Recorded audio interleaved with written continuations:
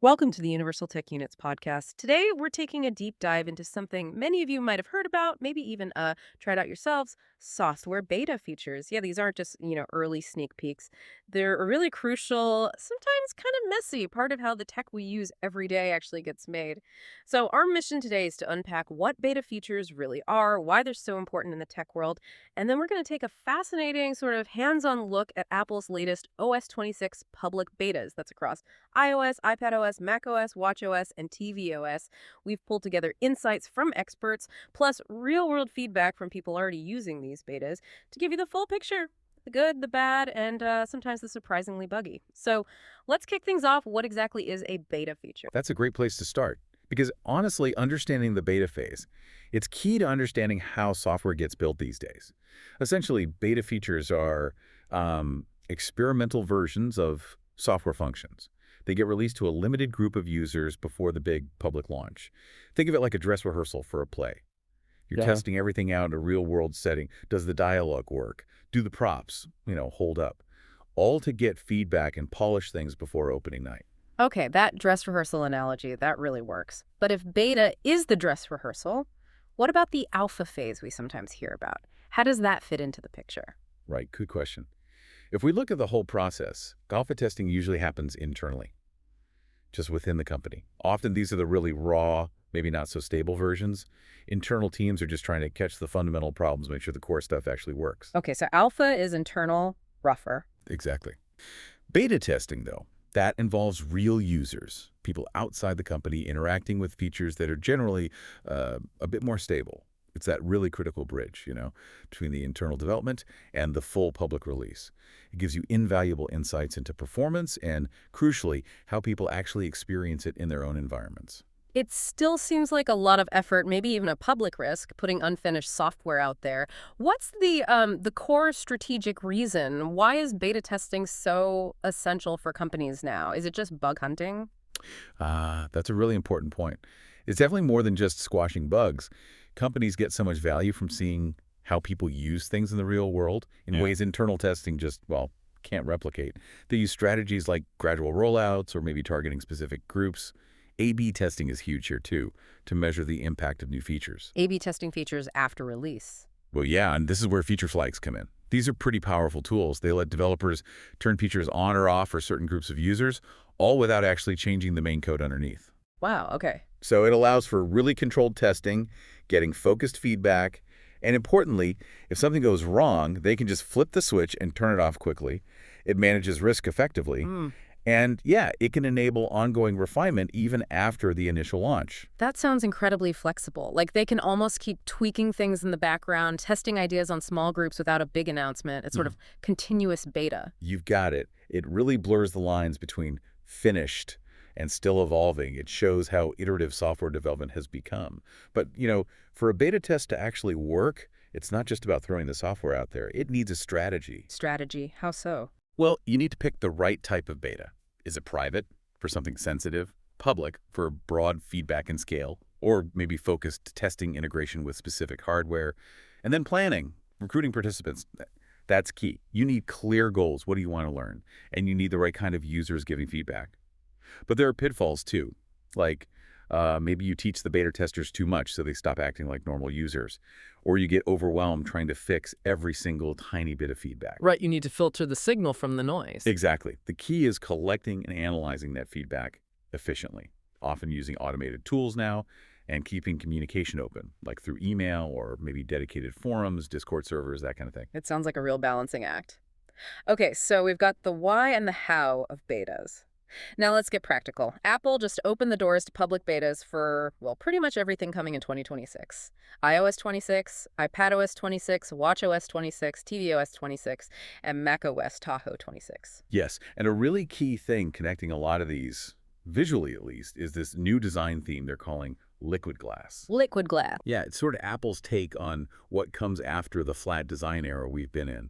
It's aiming for this translucent, depth-aware look. Think soft shadows, refraction effects, giving interfaces a bit more texture. Now, apparently it's been tweaked since the very first developer betas because of some legibility concerns early on. But you definitely notice it. Lock screen, Home screen, control center, the music app, it's pretty widespread. Interesting. Liquid glass. Beyond just looking cool, what does that signal, do you think? Is it just aesthetics, or is it trying to solve a user problem? Maybe make things feel more, I don't know, tangible? That's a good question. Yeah. It's likely more than just looks.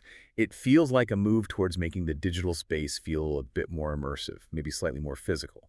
The idea might be to use those subtle cues, the depth, the transparency, to help reduce cognitive load. Make it easier to quickly understand the hierarchy of information on the screen. And the fact they refined it after legibility issues suggests they are trying to balance that aesthetic with actual usability, making it feel more natural, maybe more responsive, without getting in the way. Okay, makes sense. Let's shift focus to the iPad then. There's always this talk, right? People wanting the iPad to be more like a desktop. Does iPadOS 26 actually push things in that direction, especially for, say, content creators? iPadOS 26 definitely takes some big steps with window management and multitasking. You can now properly drag, resize, position multiple apps much more freely. You can even get things like 3-column layouts or maybe 4 apps tucked into the 4 corners. It genuinely makes the iPad feel more like a flexible tool for getting stuff done, especially creative work. So you could actually have, like, your research notes, a video playing, and maybe photos open all at once and interact with all of them? Pretty much, yeah. Much less clunky than before. That sounds like a big deal for power users. But does adding that complexity risk making the iPad less simple for people who just use it casually, or is it handled well? That's always the balancing act for Apple, isn't it? From what we're seeing, the core simple experience is still there. These advanced features, you kind of have to seek them out. So it makes the iPad more capable if you need it, without really forcing that complexity on everyone else. It's about adding utility, not necessarily sacrificing ease of use. And beyond multitasking, there's other stuff too. Enhanced file and folder organizing. You can use color coding now, even emoji tags. Emoji tags, okay. Yeah. And for communication, live captions, and live translation in FaceTime and phone calls, this is powered by that new Apple Intelligence system. Right, the on-device AI stuff. Exactly. And the cool thing is, it works even if the person you're talking to doesn't have OS 26, because your device handles the processing. And for creators, there's a new local capture feature. It lets you cleanly record your side of a video or audio call, video and audio, even spatial audio, with AirPods directly onto your iPad. Whoa, so you could record an interview and get a clean track of just your voice and video. Precisely. Turns your iPad into a mini portable interview setup. Pretty neat. Very cool.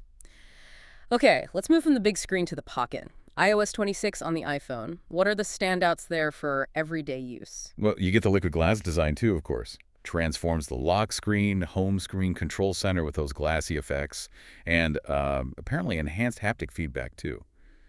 Beyond looks, the camera app gets a major overhaul. The phone app gets some serious upgrades too, things like call screening. Call screening, how does that work? It basically asks callers for their name and why they're calling before it connects you. And there's Hold Assist too, to help deal with spam calls and give you summaries later. Handy. Yeah. Messages gets custom backgrounds, polls and group chats, typing indicators for groups.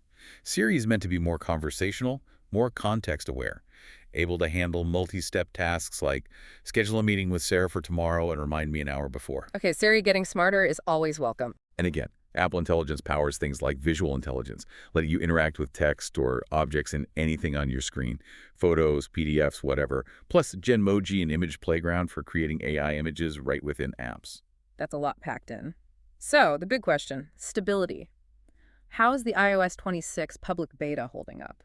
And while we're at it, what about the Apple Watch? Anything major there? Okay, so iOS 26 Public Beta 1, surprisingly stable. That seems to be the consensus. A huge improvement over the earlier developer betas in terms of day-to-day smoothness and battery life. Really? Even on older phones? Yeah, reports suggest even older devices like an iPhone 12 feel snappier with app launches.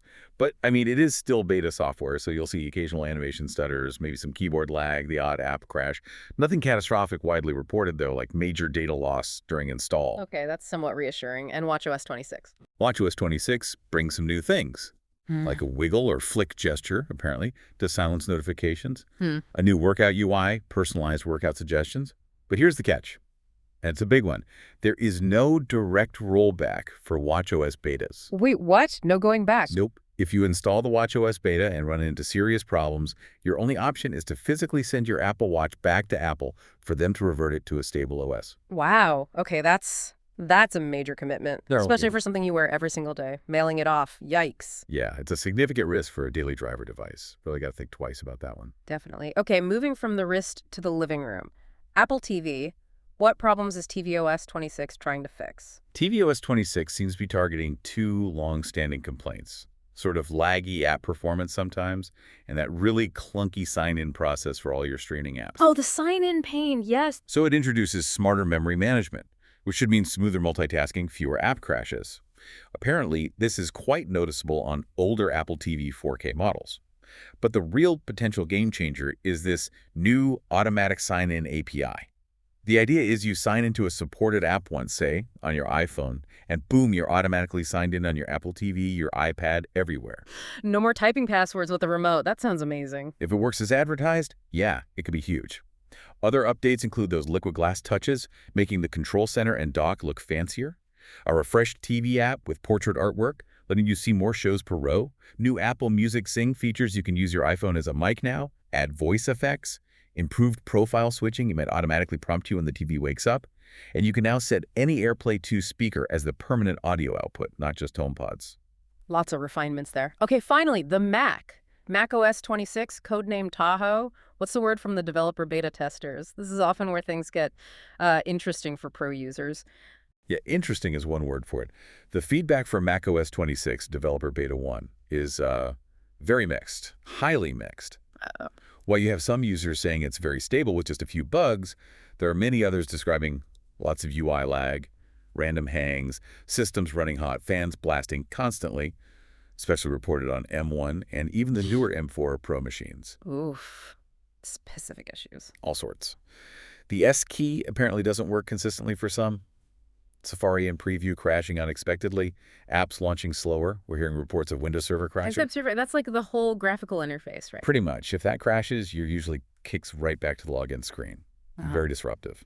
There are also reports of processes like core speech that's related to Siri and voice control and the main audio system sometimes just going wild and eating up 100% CPU. Which would grind everything to a halt and probably mess up your sound, too. Exactly. Leads to major slowdowns, reports of crackling speakers. So yeah, developers are strongly warning people, do not install this on a Mac you rely on for work or critical tasks. So the advice is partition, or maybe a virtual machine. Definitely. Use a separate partition or try it in a VM like Parallels or UTM if you absolutely have to test it. There are also graphical glitches being reported, flickering shaders, issues with external monitors. It sounds pretty rough for a primary machine right now. Okay, so we've really run the gamut here.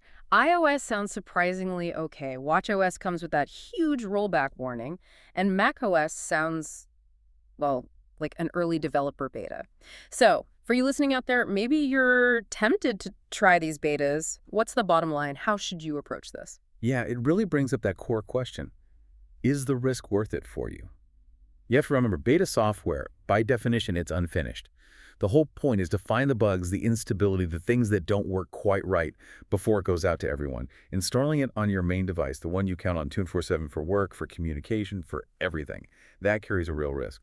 Could be minor annoyances, could be serious instability, could even be data loss if things go really wrong and you need to restore. Even the public betas, which are usually a bit more polished. Even those, yes, they've generally had more testing than the developer ones. They're usually more stable, but they are absolutely not final production-ready software. So it's less about if you'll hit a bug and more about when and how badly it might affect you. Really need to go in with eyes wide open. Precisely. Set your expectations correctly. Know that bugs, performance issues, maybe even features changing or disappearing, that's all part of the beta process. If you're super curious and you're comfortable with troubleshooting things when they break, maybe try it on a secondary device, one you don't rely on daily. And critically, if you do decide to jump in and test, provide feedback. Good, detailed feedback. That's the whole point. That's how these things get better for the final release. Your experience actually helps shape the product. What a deep dive indeed. Into the weeds of beta features and Apple's OS 26 plans. It's really clear, isn't it? Betas give us that exciting glimpse into the future, but they absolutely come with risks and challenges. Understanding that whole process, though, it helps appreciate just how complex software development is and how vital that real-world user feedback loop really is. Absolutely. It's a powerful reminder that getting from an idea to a polished product, it's a collaborative journey, full of iterations, refinements, all driven by user experiences, the good ones. And yeah, the challenging ones too. Every bug report counts. So here's something to think about. Beyond just getting early access, how could companies maybe incentivize users even more to provide that really high-quality, actionable feedback during beta tests? What would make you put in the extra effort to write a detailed report? That's all for this deep dive. Thank you for joining us on this exploration of tech. See you again in the next episode of this Tech Podcast.